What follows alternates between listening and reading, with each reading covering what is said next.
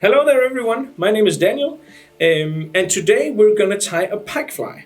This is a pike fly that's heavily inspired by some of my I don't know if you would call them heroes, but maybe heroes is some two fellow YouTubers who really do some outstanding work, in particular with big streamers and pike flies and musky flies in particular. Those two are Gunnar Brammer and Paul Monahan. And if you haven't checked out those two channels, then I urge you to do so because there are some cool content to be seen there. Today we're going to tie a swimbait pike fly. The idea about the swimbait is basically to have a fly that has a rattle and also are tied on this swimbait hook from Eric's, the PR 378. So the idea here is to have a fly that you can fish you can retrieve really slowly, and that sinks with the hook pointing upwards. That's also why the beat comes in here. But you can fish it easily over the bottom and fish it slowly. So let's get going with this. So having a lively bait fish that swims really well and is easy to cast. The first thing we need is, of course, one of these Eric's swimbait hooks, and for this to be as efficient, as good as possible, and then we need to add a rattle. A rattle is something that is relatively new to me at least, and to my pike flies, but it's something that has been used for many years, both on some types of flies, but also on in particular on bait casting, on wobblers and jerk baits and stuff. So it's something that definitely has an effect. And I've had days where I didn't have much action, but when I changed to a fly with a rattle, then all of a sudden the pike started grabbing my fly. I can't say for certain, because there are no certainties in fly fishing, that it was the rattle that was the one factor that really did the trick. But I think the rattle helped, and that's also why I add the rattle to many of the patterns nowadays. So I need my rattle, but now I seem to have lost them for some reason. I'm just gonna... Oh, there they are. These are glass rattles with two metal balls inside, ball bearings inside, so they make quite a lot of noise. But they're difficult to attach to a hook shank just like this. So I found a great trick for actually mounting these, again from Gunnar Brammer. He took some monofilament in 0.70 or 0.65, and then he cut two really small pieces of this, about 5 millimeters long. Then you take these two and you attach them to the hook shank. So you tie them on the sides of the hook shank, and this will give you a broader base to actually have your rattle latch onto your hook much more easily and much more strongly. So basically, I tie these two on each side of the hook shank here in the bottom,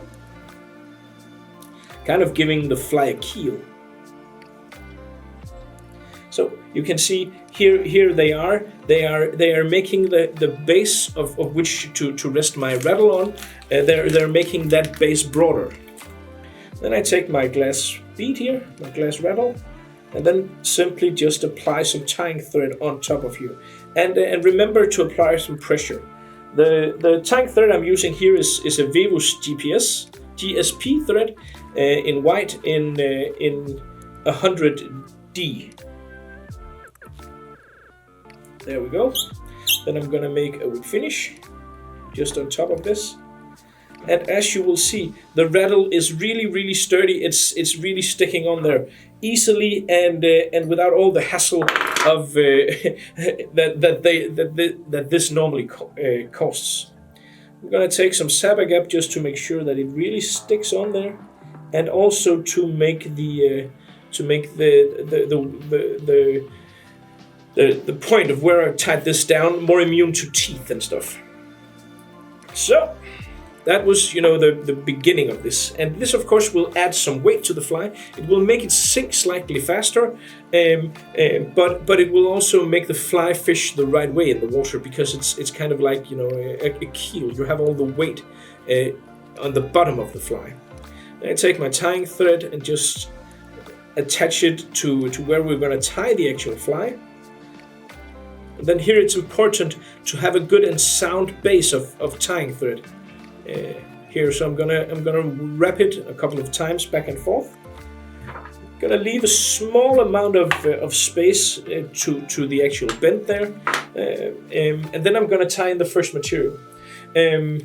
This fly is called and I had to look this up, the Budgerigar. I think that's how you say it. It's kind of like a small parrot. Budgerigar, something like that. You'll have you know what I mean when you see the color scheme. You know, it's a small kind of parrot thing, and I'm not gonna say that name more times because basically I'm not sure I got it right. So the first thing we need is a bundle of bucktail, and for this fly I want the bucktail to be in a certain have it placed in a certain way. I take a bundle roughly this size here, get some good and long bucktail, and this is going to be the first thing we have here. So it's going to cover the hook, and it's going to be the core of the fly. So I have all my tying thread and nice thick wrappings here to ensure that this is going to be easy to tie down and easy to secure.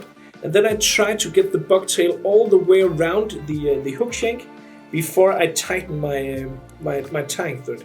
I'm going to make some loose turns here, and then I'm going to slightly move the thread a bit further up before I really apply a lot of pressure. Because if I do it this way, then I'm going to have the bucktail not pop as much as if I just pulled on it. Because what I want here is I want my bucktail to be the core of the fly. And for this pattern in particular, I do not want the bucktail to be every which way. That's also why I didn't tie it reverse, which is what I normally do on pike flies. But for this bundle of bucktail, it's basically going to be the core of the fly, and I do not need it to be as widely spread. There we go. Then I'm going to cut off all the rest of this here. We don't need that. Bucktail is an awesome material. There is a small amount of air inside bucktail, not as much as in the actual body deer hair, but there is some in there, and it gives the fly a nice buoyancy in the water, and also it's quite durable, so it can last. A fly like this can last for many pikes, which can be which are quite hard on flies in general. So there we go. The first bundle here, the core of the fly, and then we need a couple of grizzly saddle feathers. These are this is a Ewing saddle, and both whiting and Ewing make some great saddles for flies like this. For the first feathers here, I'd like to pick some of these up here that are more like slappen than they are actual rooster cape feathers, because I want the core of this to be a bit not as transparent as if you get a longer feather like this one. So basically, I'm gonna take 2 or 3 of these feathers is enough for a fly of this size, and these I'm gonna tie so they actually are gonna be the sides of the fly. So one on this side here facing me, and then one on your side, basically kind of like the sideline of this. And then I'm gonna place the third one a bit on top to kind of give this fly a profile, but also a top and a bottom part. So I'm gonna take the last of these. Basically, I try to get feathers that are not exactly the same length. This will mean they will move independently in the water. So see, these are not this. 2 of them are close to the same length, but not completely. There we go. And you can, of course, if you like, you can add some sabak up here. Normally that would take a small amount of time to dry, so I'm not going to do that in this tutorial. But whenever you have the time and you've tied something down, it's always a good idea to evaluate does this material need some sabagap in order to be stuck where it is? But I've used a lot of tying thread, so I'm sure I'm good here. Oh, all this talking makes me a bit thirsty. That's not product placement, by the way. I'm not paid by Coca-Cola. No, Pepsi. I don't even know what I'm drinking. Okay, so in order to give this fly a more compact look and so we don't have kind of a middle section here where there's nothing, where there's no materials, I'm going to take a small bundle of Arctic fox. An Arctic fox is quite nice for this purpose. If you prepare it correctly, because sometimes natural hairs will have a tendency to simply gather up a lot of water and make the fly really, really heavy. In particular, if you do not take care to treat the material correctly. So I have a bundle here of this marble fox, and then I'm gonna take my comb, my fly tying comb. This is a nice metal one from CF Design. And then I'm gonna carefully brush out all the woolly fluffy part of this. So all of this would have soaked up a lot of water if I didn't remove it. This will make my wing here a bit more uniform, but it will also make the fly easier to cast and easier to fish. So now I have my prepared wing here. Basically, I'm gonna take this and then add it. Again, I try to distribute it with my fingers so that when I place it on the hook, I can easily fold it so it's going to be as even as possibly distributed all the way around the shank of the hook. Then making a couple of loose turns before I apply some pressure. There we go.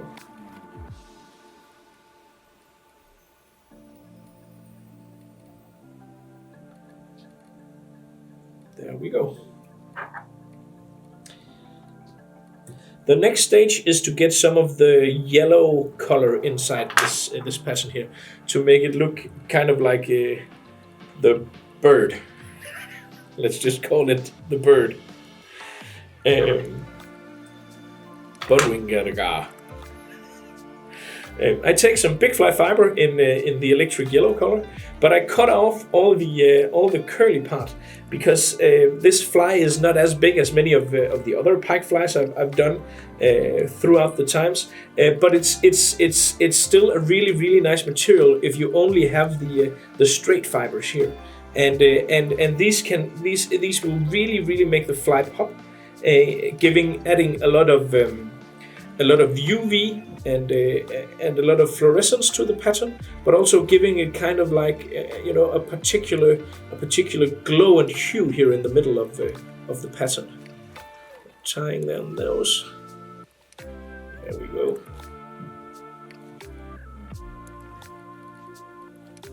Again, I did like before. Try to get it distributed all the way around the hook.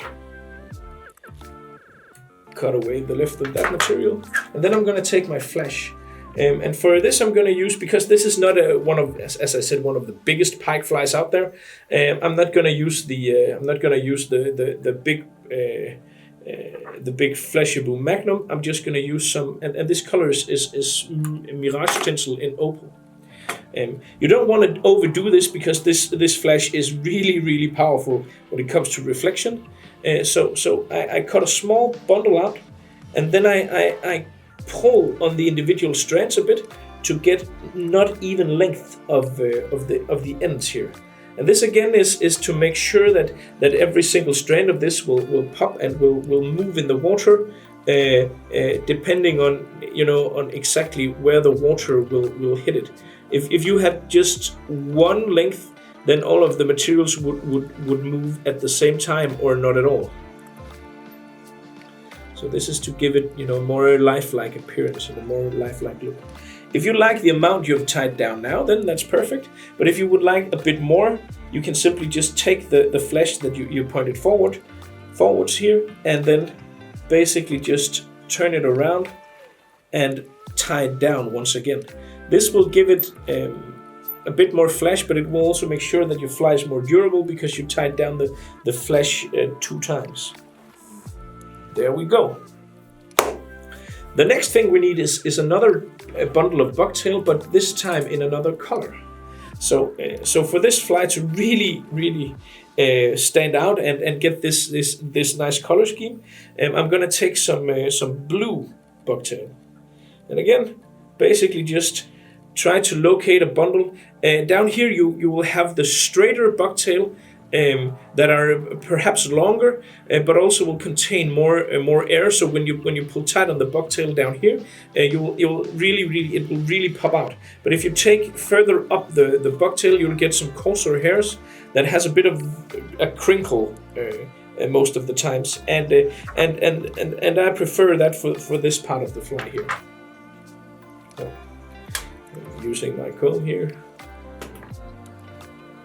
And we should be fairly close to the actual end of the fly by now. And then again, I try to distribute the hairs out between my fingers. Look at where it should be to have the right tapering. So this should be maybe a bit longer than the actual hook, but not more than that. That will give the fly a bit of a skewed profile.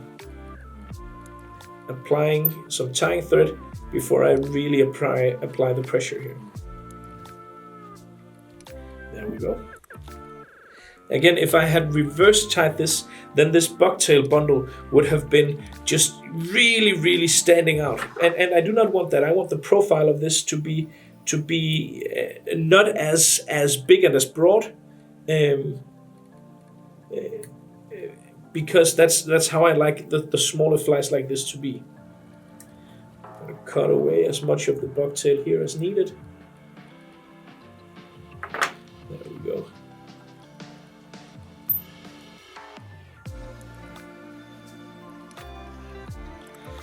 And now to tie the fly together, I'm gonna add a couple of grizzly feathers.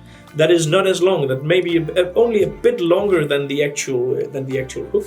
And this is to kind of tie the fly together to give it that overall look, where you have the grizzly kind of like, you know, the top of the fly to give contrast to the rest of the fly. So I'm gonna take 3, and these do not need to be that long. These has to be shorter feathers, otherwise, you know, it will look a bit strange when you look at the tapering. So I'm going to take shorter feathers, and I'm going to kind of lay them on top here as kind of a not a roof, but you know, the top of the fly here,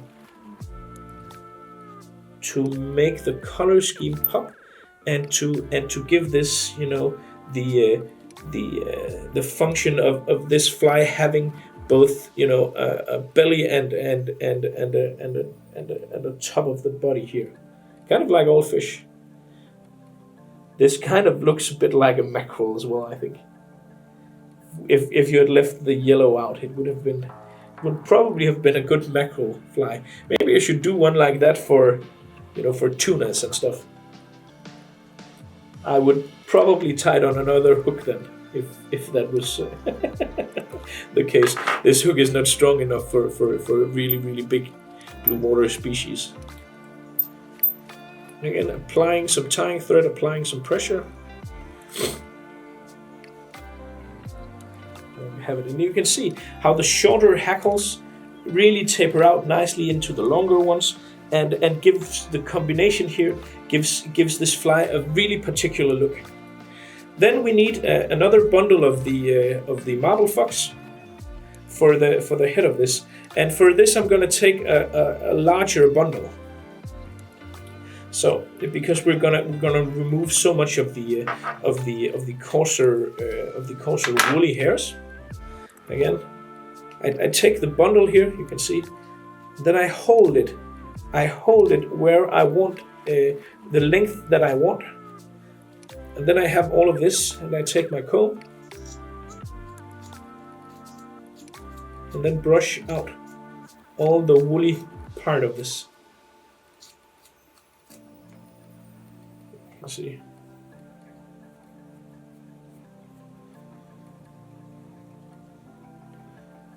This is actually still a bit too big, so I'm just gonna remove some of the hairs here.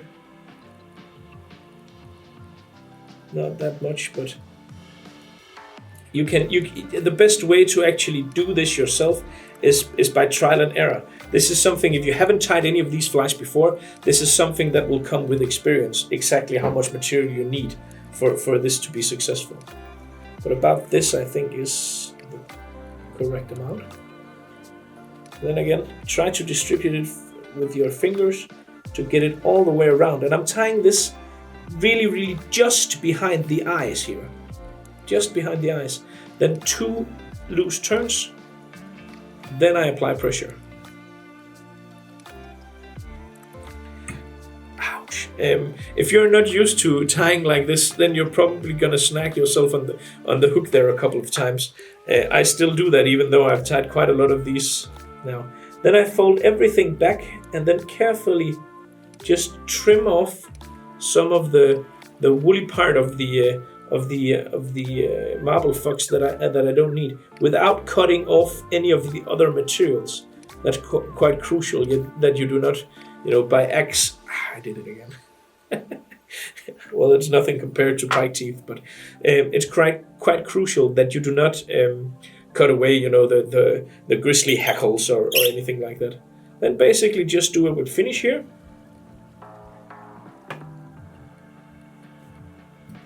Pull on the thread, cut away the thread, and then we need to apply the actual head for this. There is a lot of different ways you can. I'm bleeding now from the hook. That's stuff happens. So I'm gonna fold everything, all the without getting snagged on the hook, of course. I'm gonna fold the marble fox backwards. And this is going to be the head. And in order for this for me to take a look at if everything is placed that I want it to, I take my fish mask, and this is a size 6 of the fish mask. The size of the fish mask is referring to the size of the eyes. And since this is not a really big fly, then I think the size 6 here is going to work really well.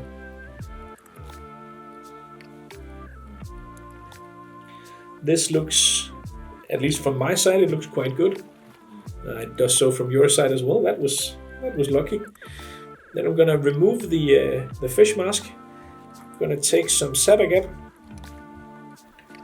I'm gonna hold the head back here and then apply quite a lot of sabagap all the way around here, all the way around the head. Make sure that it gets inside the marble fox.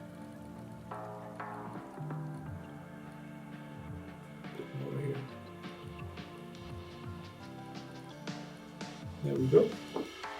Hold everything in place, and then I'm placing the head so that my eye has, is free and can move. No, not move, but can be threaded, of course. And well, basically there we have it. The last thing we need to do is to attach an eye, and for this you can use a silver eye or an opal eye.